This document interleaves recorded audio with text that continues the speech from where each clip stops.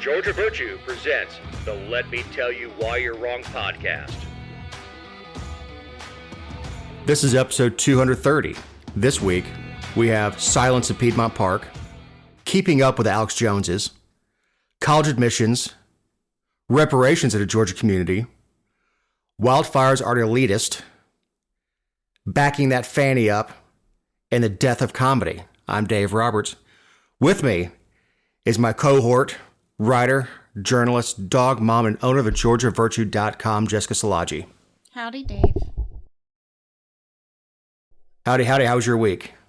Oh, it was lovely. How was yours? Hot. I feel like you're in for at least another month of that. Yeah. Spent 2 hours changing a blower motor in an attic. Not quite tall enough to stand up in and not quite enough room to lay down in. That sucks. It is what it is. I mean, it had to get done.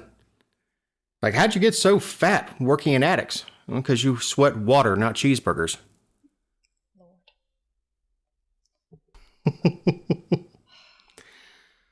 Well, we have the Bye Bye Miss American Pie and Music Midtown 2. Yeah, this was a shot heard around the world. All puns intended, I guess. But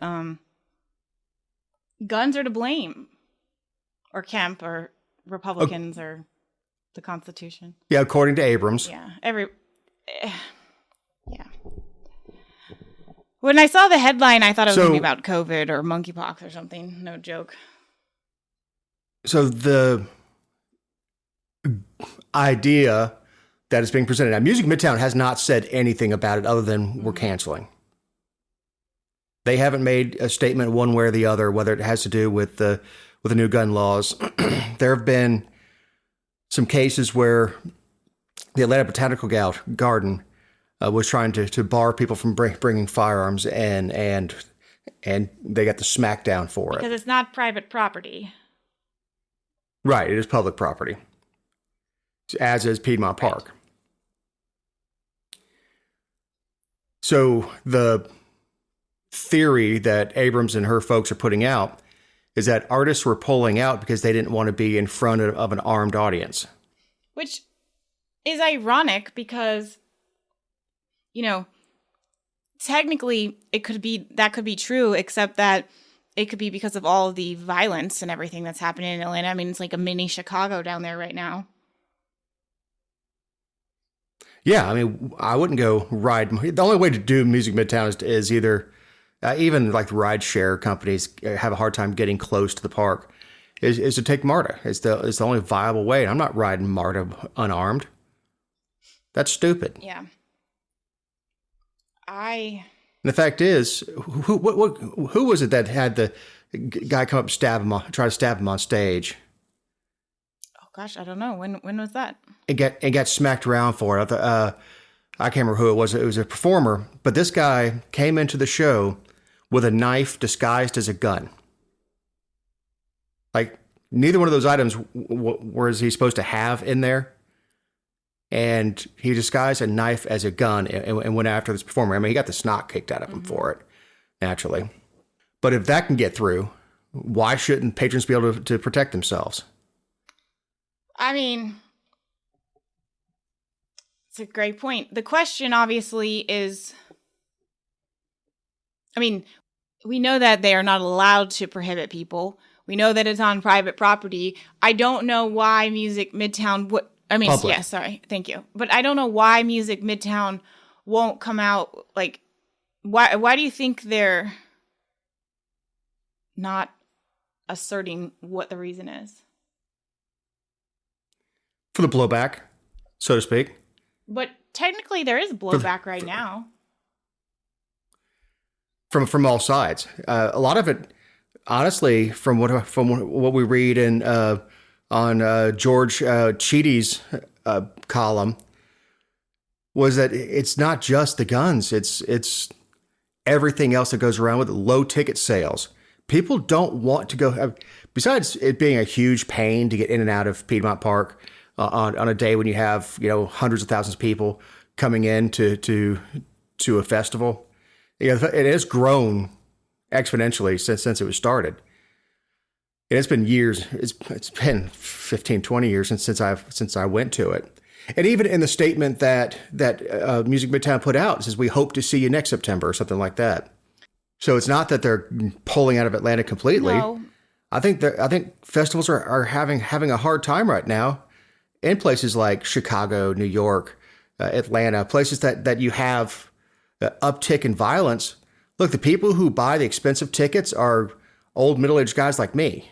Well, there was an interesting part. I mean, you talked about low ticket sales, and obviously, like, they know what threshold they have to meet to make it worth their while and to cover everything that is. But there was somewhere where it was reported about how it costs more for a festival to insure the event and, you know, everything that comes along with that, where guns are not allowed to be banned. Which is interesting. I mean, do restaurants have higher insurance because, I mean, private property, I don't know. Like, I don't know how that impacts someone else. Like a restaurant that allows guns or doesn't bar guns doesn't have higher insurance, do they? I have no idea. I've often thought that the no firearms on premise signs were for the insurance companies. Okay, we barred guns. Yeah. Which, you know, the sign, what it really says, if you translate it, is "please conceal." But honestly, that to me, I mean, that you would think that allowing guns would, well, if you are a critical thinker who understands how lawful gun owners operate, you would know that your insurance should actually go down if you allow guns. I mean, look at the mall. The kid that made amazing shots at the mall, scoring 8 out of 10 from a distance with a pistol under Zero fire. people sued the mall, and if zero people hurt outside of the target. Yeah, but and you know what? In this day and age, his family will probably sue because that's just the world we live in. They'll probably sue because guns weren't banned. But by and large, I mean, if 10 people had been shot, all of their family members would have sued. Right. And look, Music Midtown and music festivals, for those who, you know, have the energy for it, and depending on who the lineup is, they're great fun. I mean, how many places can you catch REO Speedwagon and Snoop Dogg with one ticket price? Not many. So it's not that I'm down on music festivals. It's a pretty cool thing to be around, especially with bands that may not be as popular anymore, can't sell out a venue by themselves, but will be out there, you know. Classic rock bands or whatever that had two or three hits will be up there at 3:00 in the afternoon playing. And if that's what you want to see, that's what you go do. And also, these bands know when you're at a music festival, you're playing your hits. You're not playing your new stuff. I'm going to play something off our new album. No, that's not what we're here for. But anyway, I digress. Yeah. She's hammering Kemp over this, and really, the law that applies to public property wasn't signed by Kemp. No, wasn't it Deal? Yeah, it was 2014. Yeah, it was Deal. Yeah. So Kemp didn't sign that legislation. You know, I understand he went with the permitless carry, but that has nothing to do with this. And just as a reminder, I wrote about it, I don't know, probably 6 years ago at this point, but when Stacey Abrams was the minority leader and Governor Deal was the governor, Stacey Abrams and the Democrat caucus voted with Republicans for Nathan Deal's initiatives, something like 95% of the time or more. So, I mean, yeah.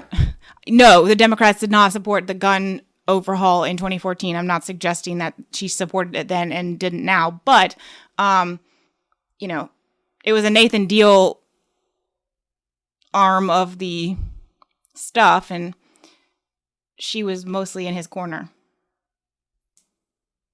Right. But for her to hammer Kemp over it, look, she's running some anti-gun commercials, and there's been some really good media that candidates have put out. This one's not. Talking about guns everywhere, and now it's making it easier for criminals. No. I mean, it's just a lying commercial about, guns in our schools and guns everywhere. And if you don't need a permit, it's going to make it easier for criminals to get one. Like, no. It doesn't change the 4473. It doesn't change the background check. We have person-to-person sales in Georgia. No law has changed that.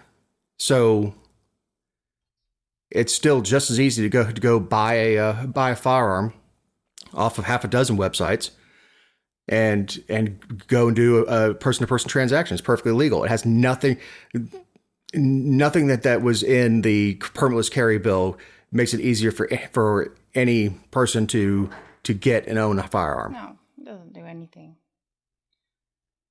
I doubt there's. Yeah. So that.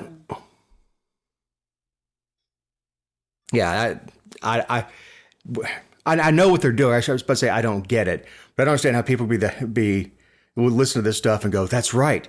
If you don't have a permit, it makes it so much easier to get a gun." No, it really doesn't. In fact, if you have a permit, you still, in the state of Georgia, can buy a firearm at a store, at an FFL, without a background check, because you've got your carry permit.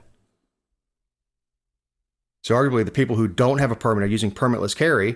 If they go and buy from Academy Sports or somebody like that, they still have to do a full background check.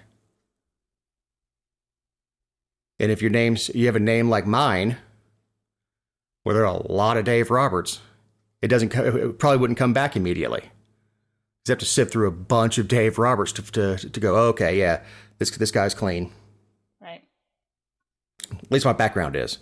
For now. For now. Is that a knock on the door? I like your last note. Channel your inner John Mayer. Well, when I don't. Yeah. Mm-hmm. Go ahead, you. Yeah, but say what you need to say, and I assume that's in reference to because Midtown not even giving reasons, but they really should come out and say, look, it was soft ticket sales. If that's because of political environment, fine. If it's because of crime, fine. But we had soft ticket sales. Well, whatever the reason is, if it is soft ticket, I mean, like if they want to speculate or if people want to draw conclusions, if it is because of crime, then that should go towards our leaders and then be held responsible for that. And people should advocate for change because they're losing out on events. If it's because of the guns, then I mean, that's really just an education thing because people fearing lawful gun owners is just ignorance. And I don't mean that like rudely. I mean like it's just a genuine. I don't think most people understand the responsibility that a lawful gun owner takes on when they carry a gun. But I think, aside from Abrams, I think that Music Midtown is in the wrong. And Abrams is wrong for not saying, hey, why don't you guys find a private location? Right. Festivals are tough because festivals are multiple stages and most private venues don't have that. Well, you know what? When Trump was angry about social media, everyone was like, oh, you should go start your own. Well, he did. So if Democrats and people who are anti-gun don't like that on public property in the state of Georgia, you're not allowed to ban guns, then invest in your community, buy up some property, and get to work. Well, I really think with that, just because look, a lot of Music Midtown is family environment. Now, of course, some of the dirtier stuff may come on after dark, but there are a lot of families that go down for this stuff. And if you're a suburban family and you're looking at the crime and the transportation that's already a pain to get down there, rising crime, and you got kids that you're taking with you, and I think it's great to take kids to concerts and expose them to music. But you're seeing all the stuff that's going on in Atlanta, like maybe not this year. Or if you're believing the hype with the coronavirus infections, maybe I shouldn't be at a festival, shoulder to shoulder with a bunch of people. Nobody owes you anything, though. I mean, like, people are acting like they've been wronged because Music Midtown isn't happening. Like, it's a private event on public property, but it's a private event, and, they're not obligated to put the show on. So stupid. And it's a drain on the local resources. Mm-hmm. It really is. You have to put so many police officers there, and that's not has nothing to do with guns or anything else. But you have to pull in so many officers, and security costs are going through the roof. I think in one of the articles it mentioned, is it Decatur or DeKalb County, whichever one, is paying their officers triple overtime to keep them on the road, working for the municipality instead of going and working a club.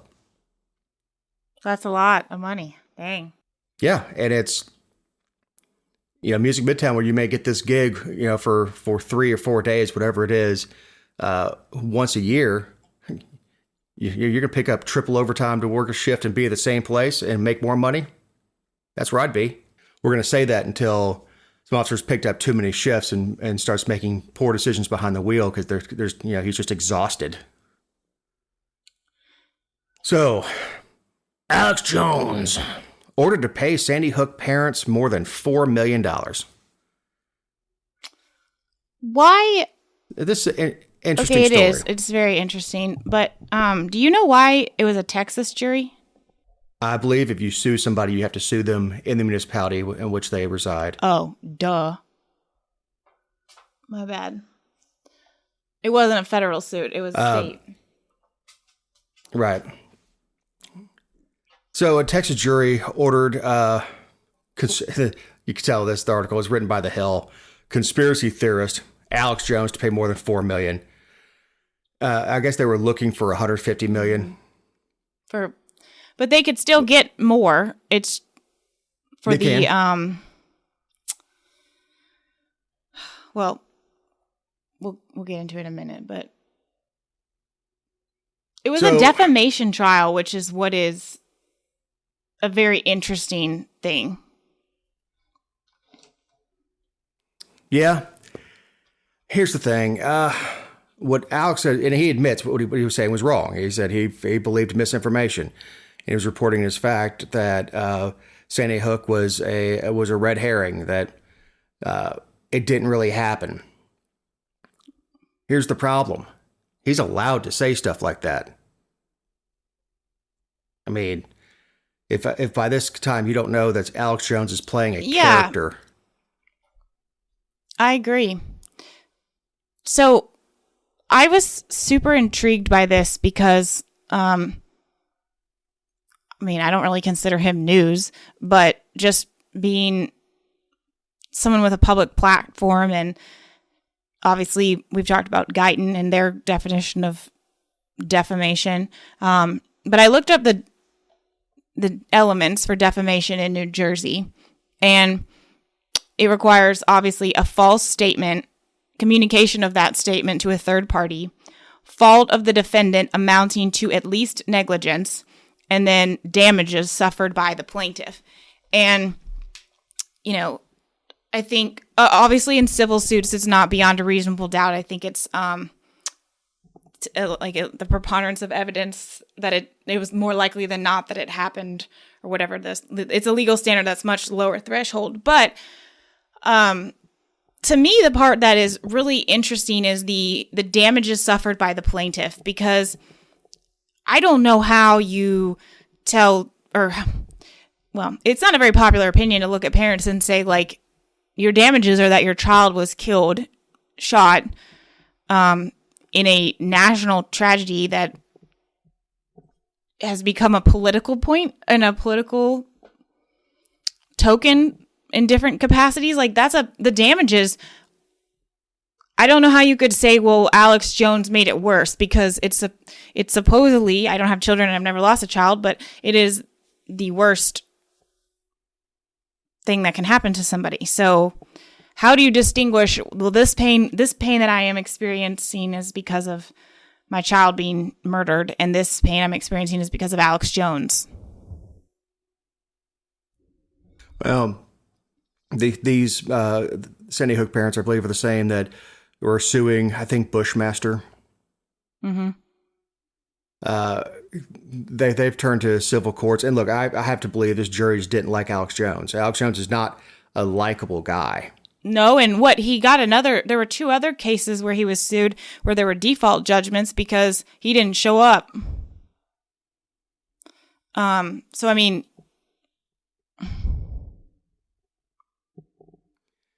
well, and he said the $4 million would put him under.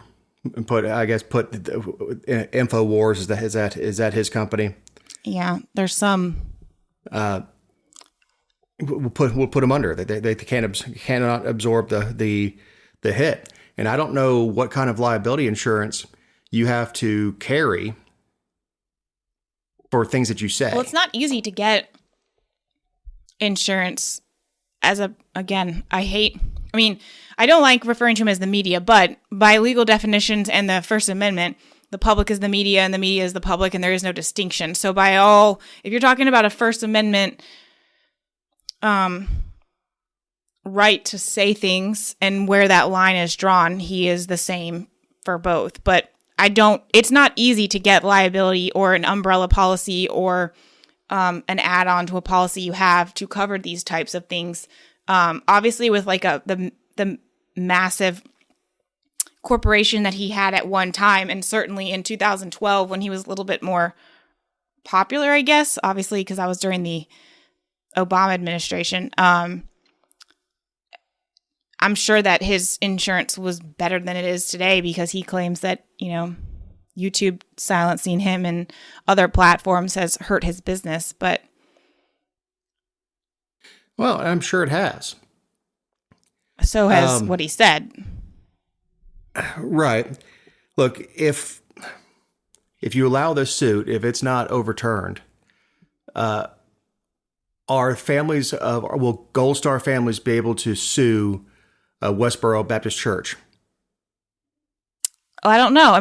Because one of the claims about the defamation is that in saying that this was false, then they were subjected to threats and harassment, supposedly by his followers. And their claim is that his followers got the information from his website and I don't know. Yeah, I don't know. I know that here's the problem with playing crazy. In order to stay with that character, you have to push it further and further and further. You can't keep doing the same things. You have to go further and further and further out there to get those sort of listeners that he was looking for, or eyeballs in the case of his stuff on YouTube. But you have to keep going further and further down the rabbit hole. So sort of like Andy Kaufman did.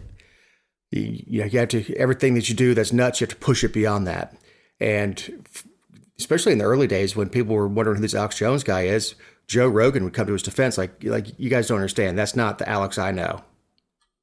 And I believe that. Basically, he did get worse. Yeah, and I even heard after this, when a lot of it was coming up, he was on Rogan's podcast, and heard him talking about it, and he just essentially called himself stupid. He's like, oh, I got caught up in it.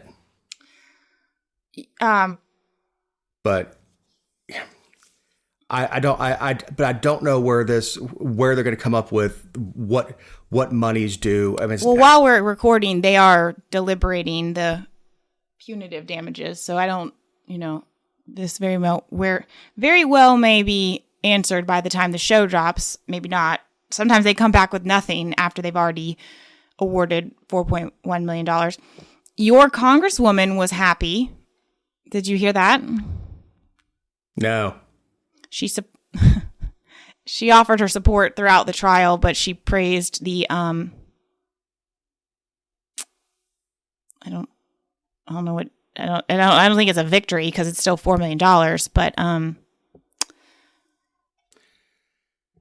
that they didn't get the 150 they were asking for. Yeah. Well, all that money's theoretical because he doesn't have 150 Well, all of million. our money is theoretically. Well, that's true. This is true. All by a fiat. Yes. This is a good time to remind you that these are Wait. our opinions and not those of any. I want to Wait. say something about Alex Jones. Have I told you about my Please interaction with Alex Jones in No. 2012? He actually stole a story of mine. Stole a story. What?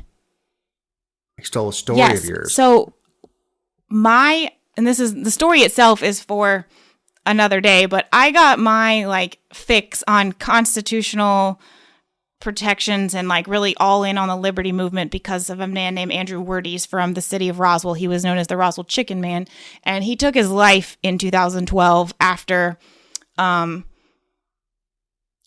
harassed by the government for years. But I reported on it, and Alex Jones and his InfoWars site stole my story word for word and did not give me credit. And I was so naive back then because I'd only been writing for a year. But I left him a very nasty voicemail. I'll have you know. I called his 1-800 number or whatever it was and left a nasty... He never called me back. I don't really think he gave a shit. But yeah, I left him a very nasty message. I'm sure he still has it. But yeah, he's a thief too. That's not allegedly. He stole my story. But a plagiarist. yes. And it wasn't a conspiracy theory. It really did happen. So anyway, it is a good time to remind people that these are our opinions. And not those of anyone not on the show or any respective company for which we may work, own, or otherwise associate ourselves with on a regular or irregular basis. Also, you can find other episodes and relevant stories over the GeorgiaVirtue.com. Piggybacking off the last topic, free speech and a protected class. Obviously, American Council of Education claims ending racial preferences in college admissions would chill speech. I guess the new argument is that colleges have a right to prefer certain types of students over others. They do. Give back that federal funding. Yeah. If you want to be private and get $0, then I'm cool with that. You want to operate on private property instead of your tax-free property?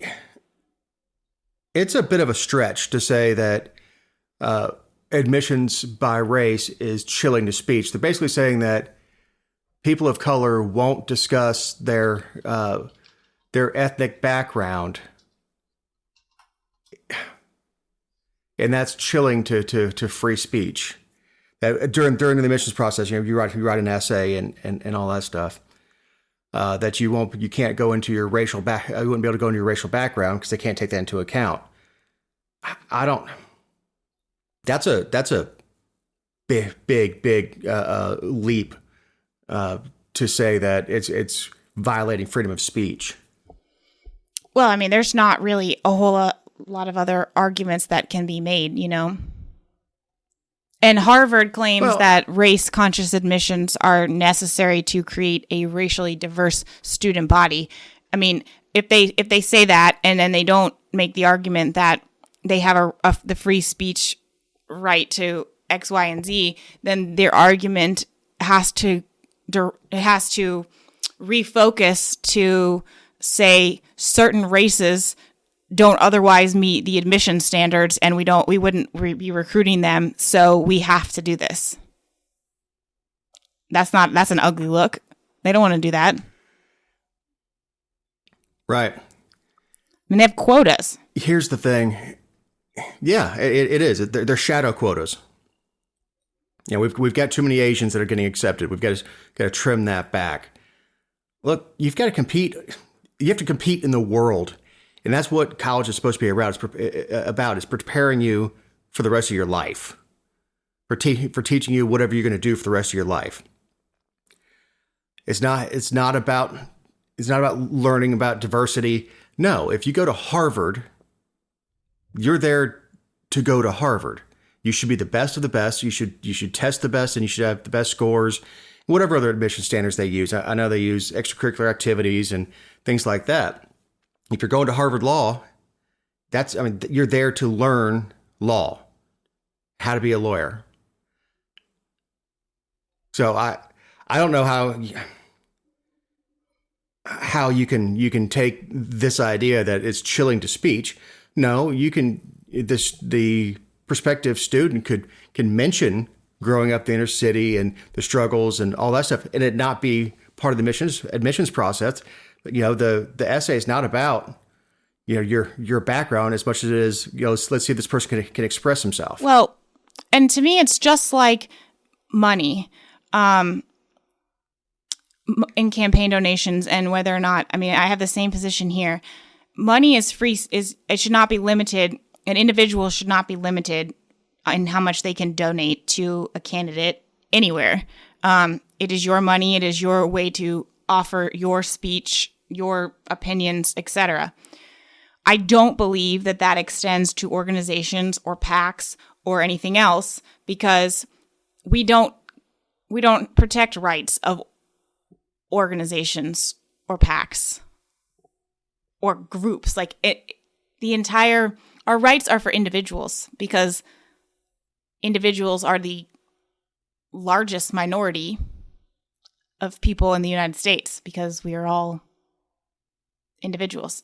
Same thing should go here. We don't have First Amendment protections for a damn college. No, we don't. We shouldn't.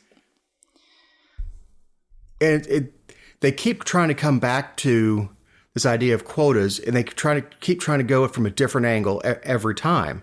And okay, well, the straight up angle didn't work.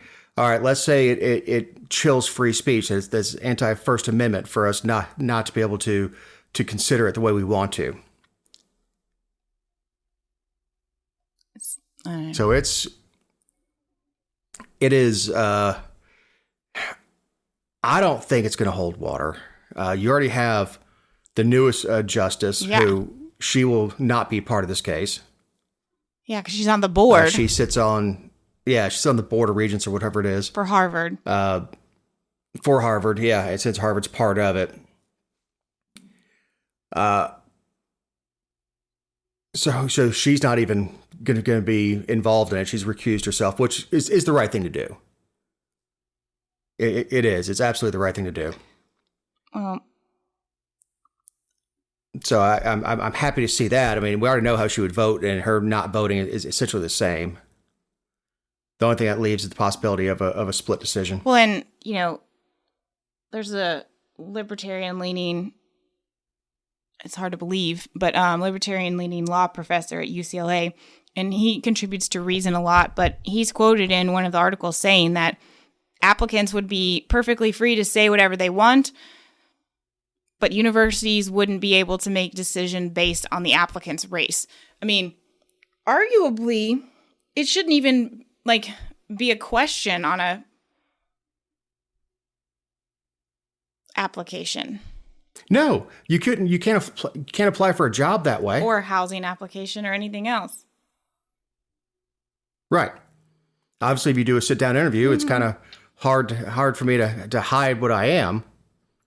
But to get to the point of having that sit-down interview, is my name looks like just everybody else's. You can even take names off of them when you give to hiring managers, and just go based on the resume alone of who do you want to talk to. This is no different. And look, if you don't have the scores to get in, aren't you just being set up for failure? Although I have heard that Harvard is not that tough. Once you're in, the admissions process is the toughest part.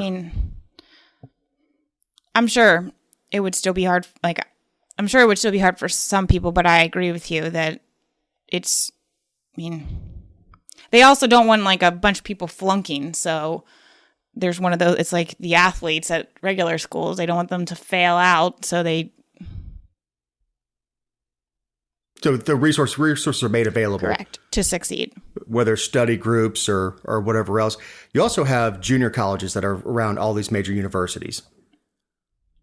Even West Point has one. I assume the other services do also. Where you may You may have got your appointment, which is tough enough to do, but you need to catch up in certain areas. So there's something for that. There's nothing wrong with going to a junior college for a couple of years, getting your scores up, and then applying back to Harvard as a transfer. Nothing wrong with that. There's nothing wrong with doing your undergrad at Kennesaw State and then applying to Harvard Law. Yeah, I'm a big fan of community colleges and smaller schools because a lot of people thrive. I had to go to a community college because I changed my mind at the last minute and had not pursued the process of going in. I was going to go out of state, and it ended up being the best decision I ever made. I thrived and got an amazing GPA when I did transfer. Sadly, once you graduate from any school, nobody gives a flying, about what your GPA was or sure, if you go to an Ivy League or something, they're going to get certain doors and are opened for you, but nobody has asked me what my GPA was, and I don't even remember. It doesn't matter. All right, sidebar. They're running this commercial about this woman who was going back to get her GED or high school diploma. I can't remember what she was doing. But you said her mom was deported when she was little, and how tough life was, and that she's so proud she got her either GED or high school diploma. And outside of joining the Army, I've never been asked for that. Asked for what? For proof that I finished high school. In most places, even unless they're doing an extensive background check, if you say you have a bachelor's, it's pretty much assumed. Okay. Yeah, whatever. Remember Renee Unterman? Ha. Yeah. Now, I will tell you, to be an engineer, they do look at your GPA. Like I know somebody who is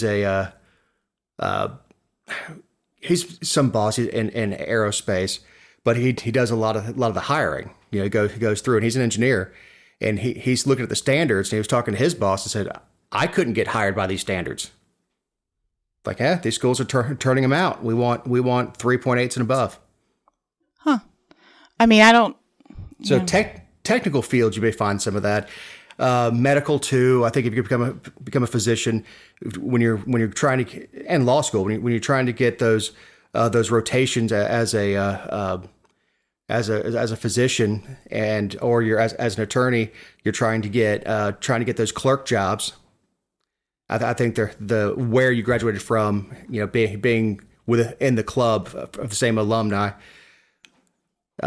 may help, but none of that's even related. It's just they're putting students who are ill prepared, who are lower scored, and it is the soft racism of lowered expectations, of going to somebody going, "Oh, buddy, I know you. I know."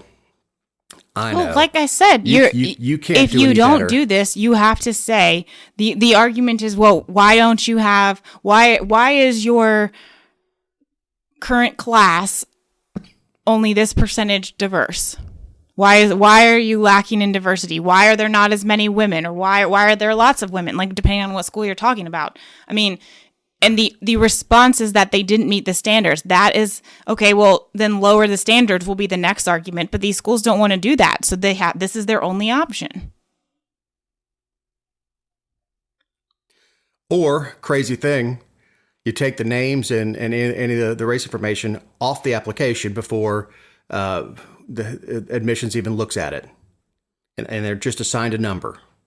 I do always think it's ironic when we get to this point in the arguments, though, because, Harvard is private, but of course they receive federal funds. If they chose not to, they would be exclusively private, and they would be kind of in a bubble.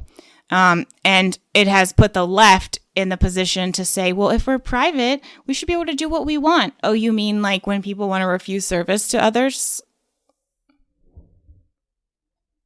I mean, right. It's full circle here. It does put them in a terrible position when the same people coming out are cheering to put a bakery out of business for not wanting to do a gay wedding cake, or supporting lawsuits to that effect. Now, if private individuals decide not to do business with that bakery, I mean that's fine. So yeah, you're right. It's all they start doing that. say, well, we're private. We can admit who we want and do whatever we want. I just think this kind of stuff, every time you read the story, it cheapens the degree that people are walking away with from Harvard. Yeah. There are very few names that are prestigious around the world. I mean, I don't care if you go into the jungles of Brazil and tell somebody who speaks 3 words of English, and you tell them, "Hey, I got my biology degree from Harvard." I go, Harvard? Yeah, I'm sure. They, In the they jungle, know the name. yes, Dave. That's probably. Yeah, like me taking it to the point of absurdity. Mm-hmm. But no, everywhere around the world, right. people know Oxford, Cambridge, Yale, Harvard. They know these names, and every time a story like this comes out, it cheapens those degrees just a little bit every time something like this comes out. So we have a lawsuit settled on the Georgia island where people say they were taxed too high and received too few resources. This is down in McIntosh County, which is, if you've ever read Praying for Sheetrock, a book about McIntosh County and the corruption down there, and McIntosh is just, it is a different kind of place. But this is an island that could only be accessed by boat. And the landowners claimed that they were paying high property taxes while receiving very few basic services, and the high property taxes forced them to consider selling their land. I think there's only like 50 people in the area, but I have a hard time because the boat itself is like, or the island itself has no schools, no police, no fire, or trash collection.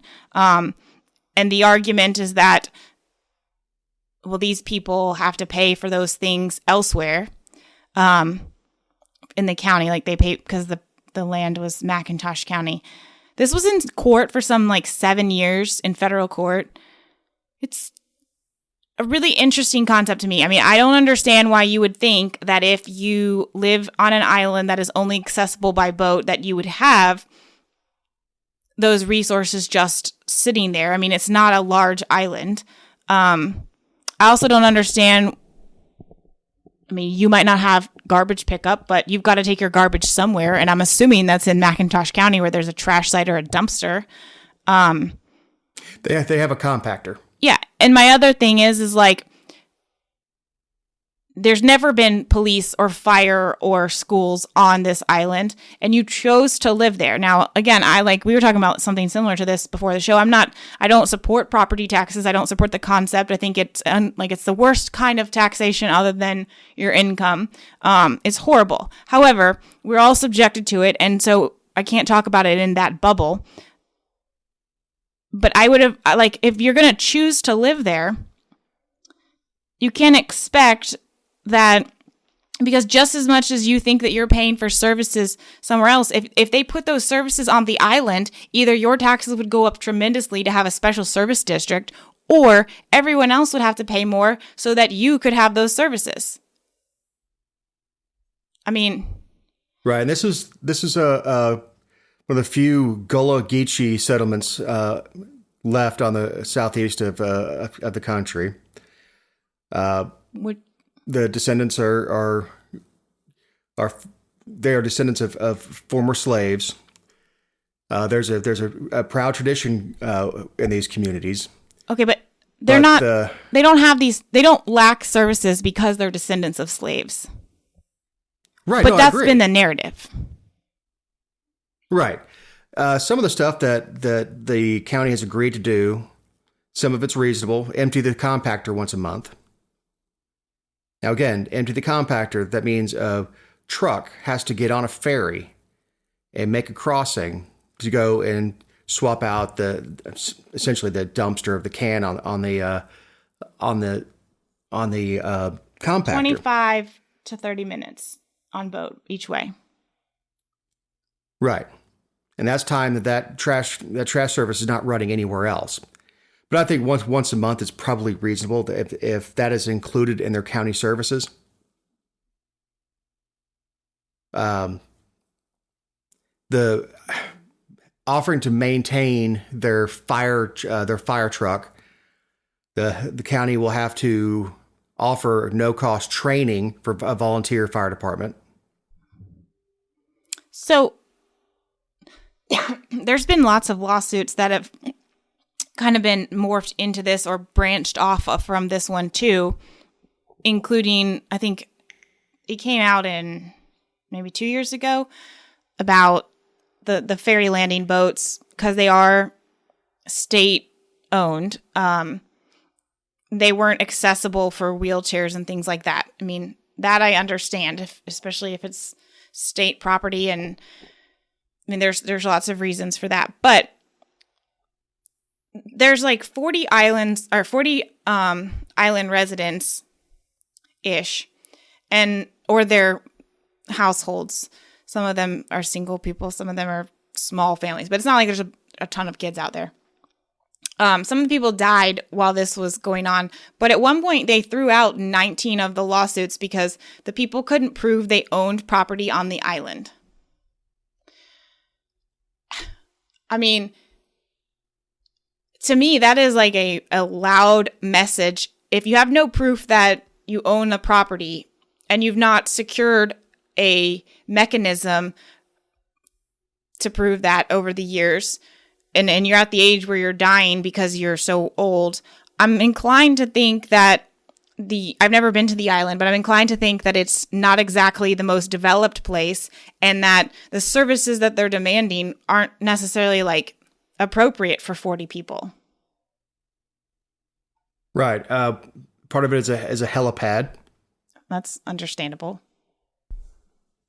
I mean, well, until you realize a helicopter can land anywhere flat. Sure. But I mean, then you get into the whole, like when somebody needs life flight around here, they had to ask the farmers, and usually the farmers are like, yes, please, like, go ahead. But I guess these people don't want helicopters landing on their land. I don't know, but helipads do have to be maintained. Yeah, they got to get all those resources there to build it. Yeah, it also has to be maintained, because you can't just put a cement slab down and go, okay, land. I don't know. This thing's been going on forever. I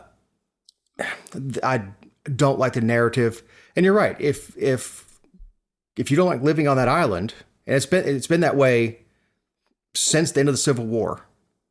These folks have been living on the islands and surviving the way of life. And I'm not even sure if they have a paved road. Yeah. I thought I read somewhere that it's only accessible by boat. It's most of the roads are dirt. And I'm attached to my home. I love my home. So I get like not just wanting to up and leave, but I know that living where I live, I pay the same fire fee as everyone else in the county, but I have the highest ISO rate because of my distance from the fire station. I don't feel like I'm being taxed inappropriately. I mean,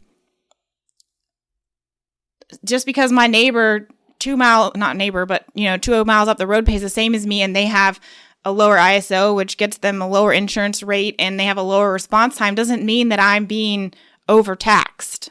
It just is. Like, I made a choice. I knew that when I moved here. Yeah, the county is also going to pay $2 million in cash to cover damages and attorney's fees. What are the damages? So once again, who makes the money? Well, yeah, attorneys, of course, but like who? What are the damages? I don't know, but it's going to cost the county a fortune to do all that stuff. Yeah, and McIntosh it's not, what they'll do is they'll just put those deputies out there on the interstate on I-95 and just run those tickets back. That kind of place, yes, huh? Darien is known for being a speed trap, and they still handwrite tickets out there because it just works for their system. And if you haven't read Praying for Sheetrock, you need to. But their population's only 14,000 for the whole county, and it's sandwiched between like it's just north of Brunswick and it's obviously south of Savannah. So, I mean, it's surrounded by money, but it isn't money. And it's, if you get off there on I-95, I mean, it's an interesting place. Interesting place. I did get a ticket there one time.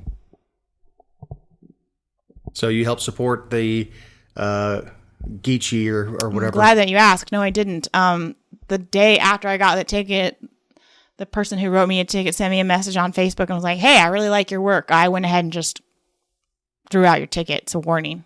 Drive safe, slow down in our county. You got it, bud. No problem. The privileges of celebrity. No, that's not what it is. Speaking of being targeted, wildfires disproportionately affect the poor, a UGA study This says. is a doozy. How? I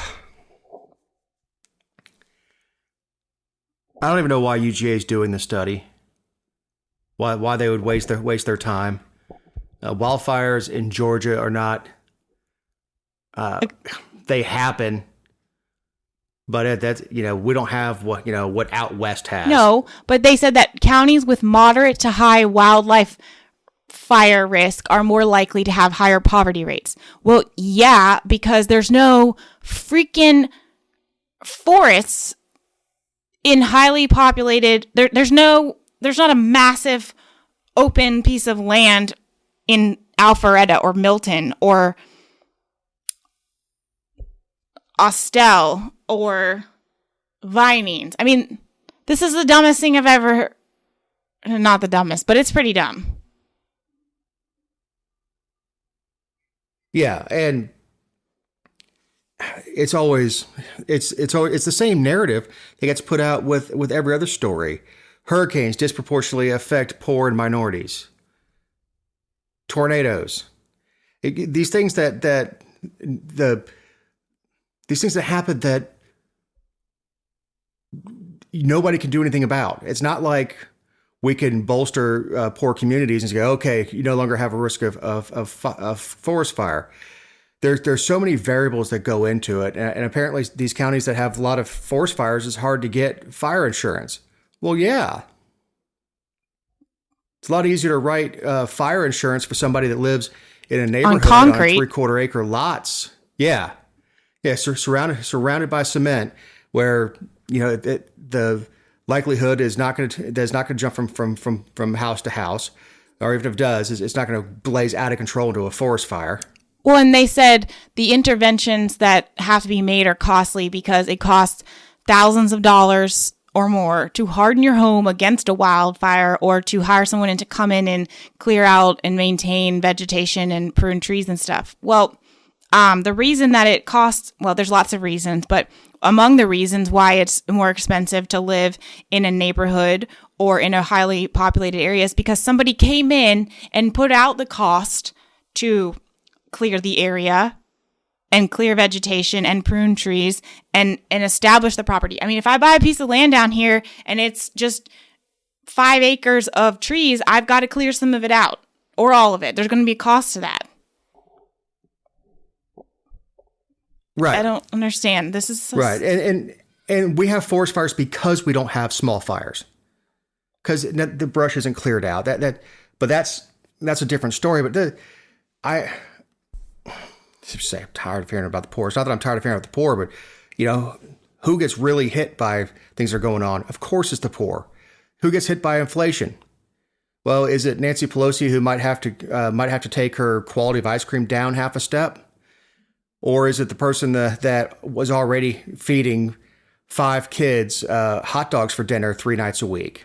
Of course it's going to hurt that person more. Of course it's going to hurt the person who buys the tube meat at Walmart, not the person who doesn't hurt the person who buys all their stuff at a local butcher shop. Well, the guy who's eating Wagyu can take a step down to Prime. The person who's already eating Walmart tube meat doesn't have anywhere else to go.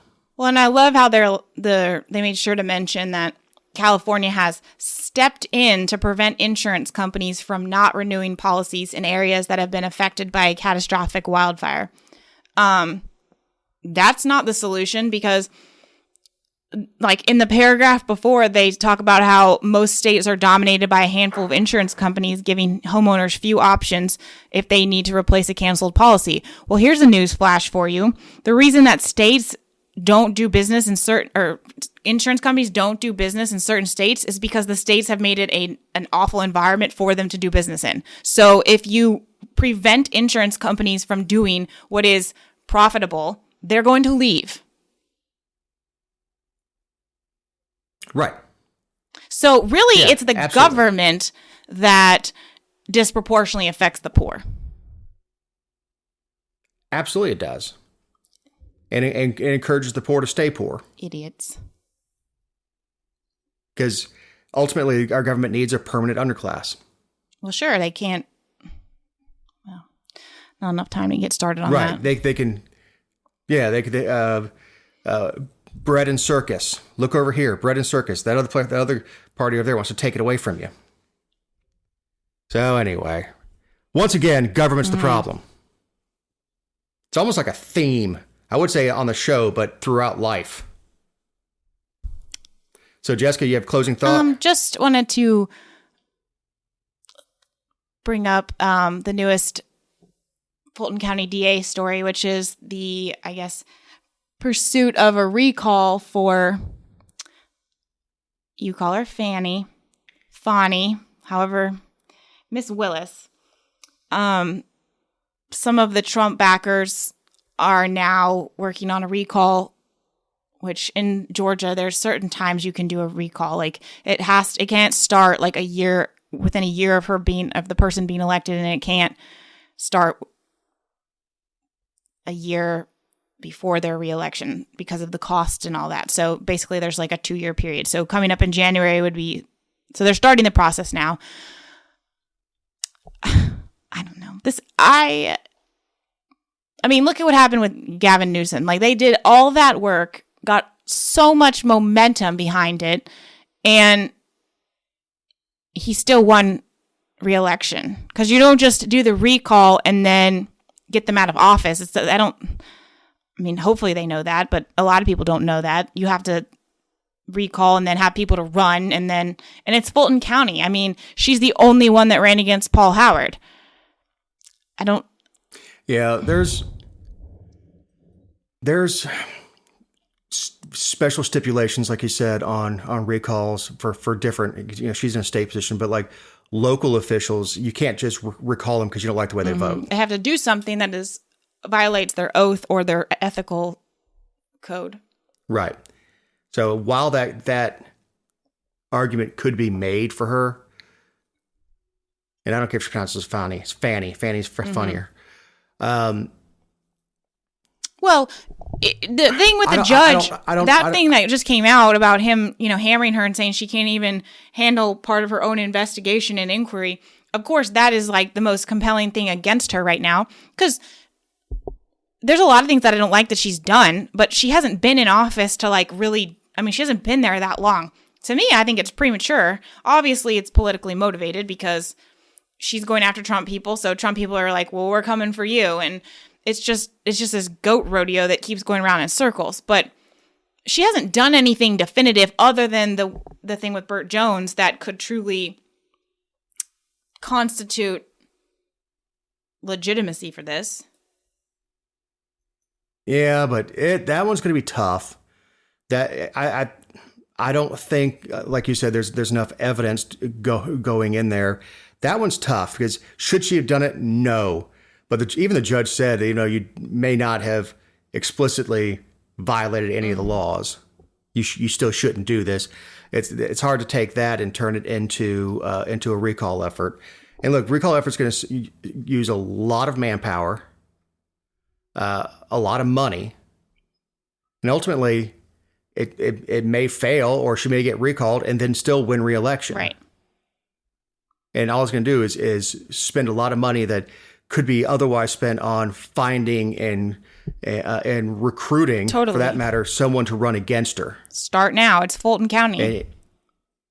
You've got plenty of attorneys in Fulton County. Not to mention that one of the best things about recruiting someone early and having them announce early, like, I don't know, in 2023, is that sometimes you can wag the dog in that sense and get people to behave a certain way because they already have an announced opponent.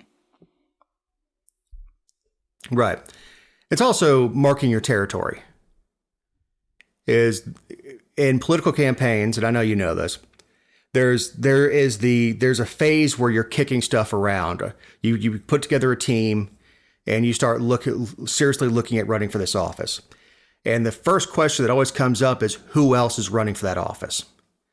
And if it's somebody that is super well liked, you just step aside, throw your weight behind him, and move on with your life.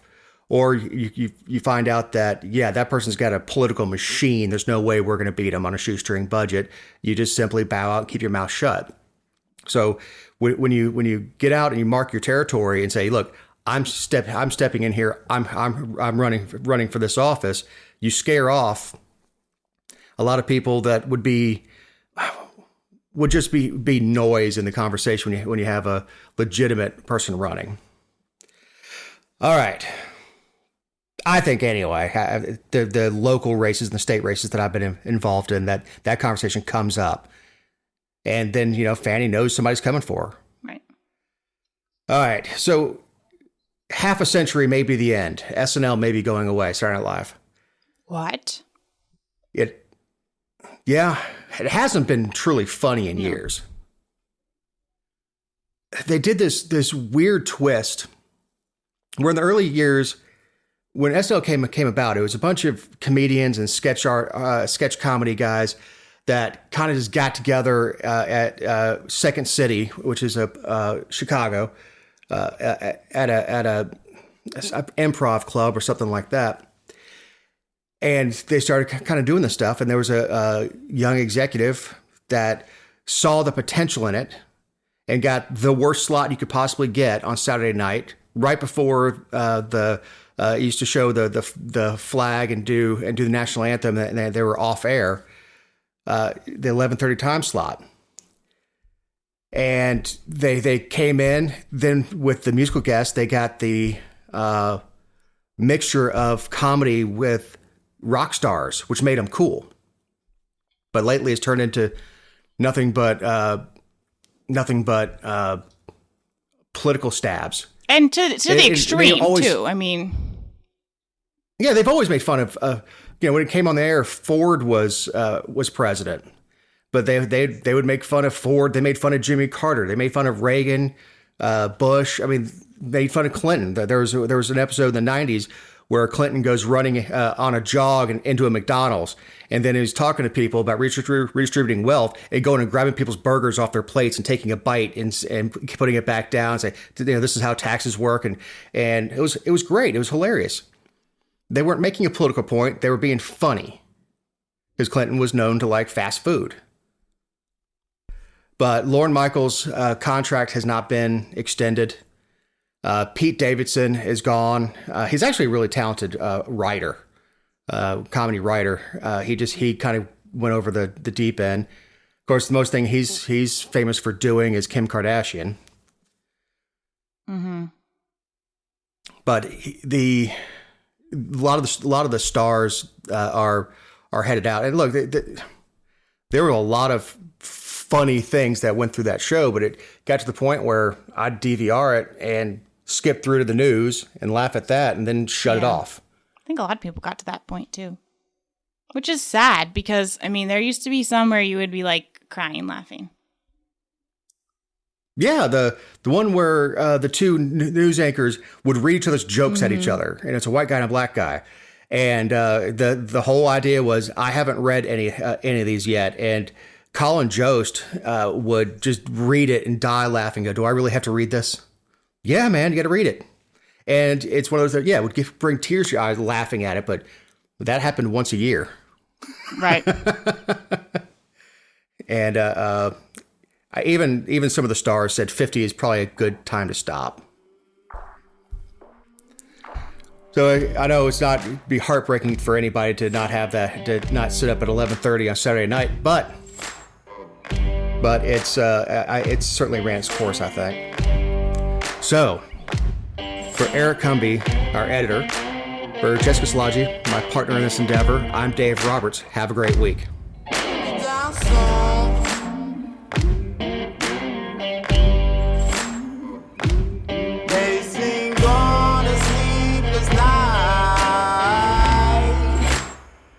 Catch me howling at the moon.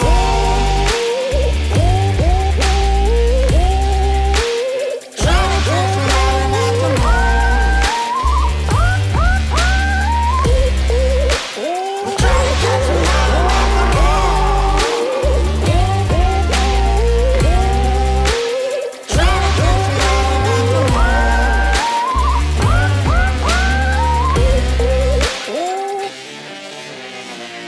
When it rains, it pours. Water's up to my chin. Won't stop fighting to the very end. Many men try to reach it. Many men have failed. Well, if you wanna get to heaven, you gotta raise a little hell. And I've been running from the law. Hope they won't shoot me down soon.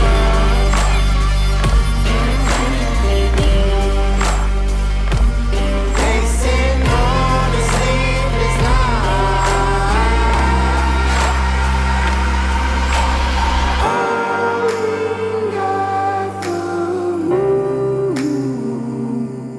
Will you find me? Hope you find me. I'll be back home soon. When the sun rises, when the sun